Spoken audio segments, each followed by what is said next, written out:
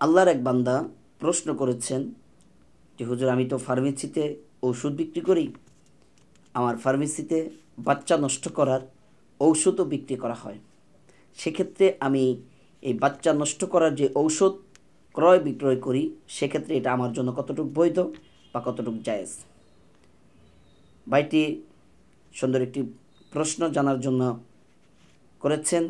আপনার সমাধান হচ্ছে, অ্যান্সার হচ্ছে, সন্তান নষ্ট করা, বাচ্চা নষ্ট করা এটা মারাত্মক একটি গুনাহ, যে গুনাহ আল্লাহ সুবহানাহু ওয়া তাআলা তওবা ব্যতীত মাফ করবেন না।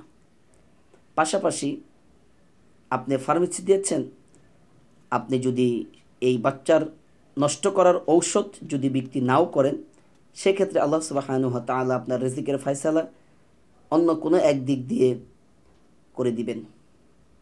যেহেতু এটা একটি গুনাহের কাজ, এটা একটি অবৈধ কাজ, এই অবৈধ কাজ থেকে, গুনার কাজ থেকে ফিরে আসা, এই গুনার কাজ থেকে বিরত থাকা, এটা যেহেতু আপনি মুসলমান, আপনার ভিতরে সুবুদ্ধি উদয় হয়েছে, আল্লাহ সুবহানাহু ওয়া তাআলা আপনার এই সুবুদ্ধি উদয়টাকে ব্যবসা প্রতিষ্ঠানের উপরে আল্লাহ সুবহানাহু ওয়া তাআলা কবুল করুক, দোয়া করি।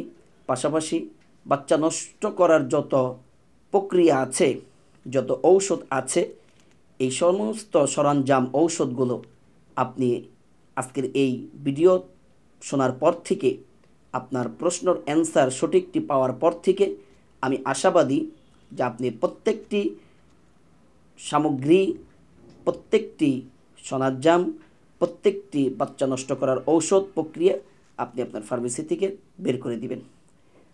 আশা করি আল্লাহ সুবহানাহু ওয়া তাআলা এতটুকু ত্যাগ স্বীকার করার কারণে আল্লাহ সুবহানাহু ওয়া তাআলা আপনাকে আরও বেশি বারাকা দান করবেন।